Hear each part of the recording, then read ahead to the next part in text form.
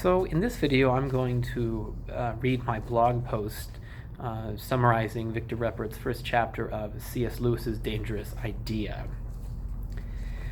Victor Reppert's task in this chapter is to clear up several misunderstandings about Lewis. Among them was that his ideas are a work that is finished, no need of or incapable of improvement.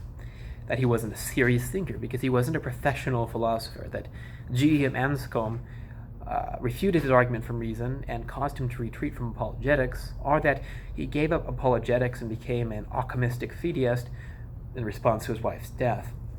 Reppert ably dispels these misconceptions and defends Lewis's status as a serious thinker. I'll briefly examine his responses to these claims. Reppert believes that many discussions of Lewis's arguments treat these arguments as finished products to be accepted or rejected as they stand. That is to say, as either obviously sufficient or obviously deficient, depending on whether one's hostile or friendly to Lewis's worldview. However, he believes that this doesn't do justice to Lewis's outstanding philosophical instincts.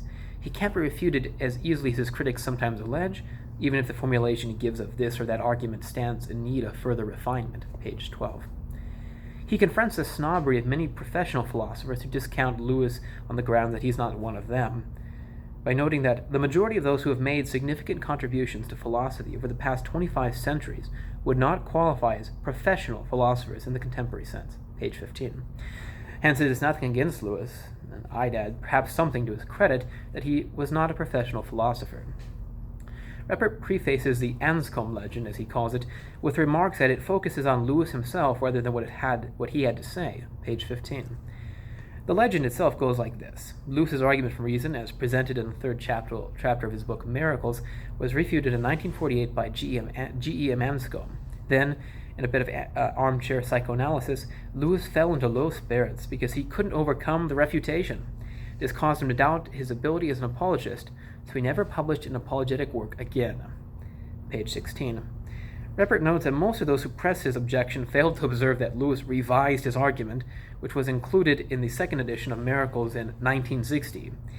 Moreover, he writes, Anscombe herself does not recall any devastating encounter and attributes the adverse reaction to some of Lewis's friends in terms of the phenomenon of projection, page 20.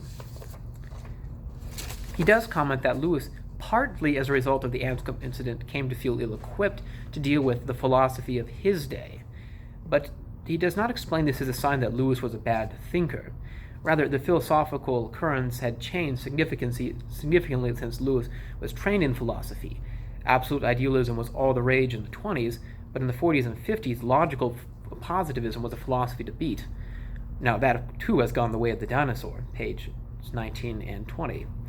Being able to defend arguments against this, or even several philosophies, doesn't mean one can do so as well as other philosophers or thinkers can against newer philosophies. But this doesn't discredit Lewis's idea. Reppert says, one could, it seems to me, develop a response to logical positivism or Wittgensteinianism based on elements of Lewis's thought. My words now. Even if Lewis did not do so. Still, he has insights which are valuable in our philosophical climate, which is neither positivistic or Wittgensteinian. Because our philosophy, our philosophical age is very naturalistic, or that is to say, naturalism is all the rage, page 20. The final myth that Reppert refutes is that Lewis abandoned his Christian confidence in the face of his wife's death, maintaining his religious beliefs only through a leap of faith, page 21. Belverth, one of Lewis's critics, says that Lewis moved from a Platonic sense of God's goodness, that it is in some sense continuous with the finite sense of goodness, to an alchemistic one.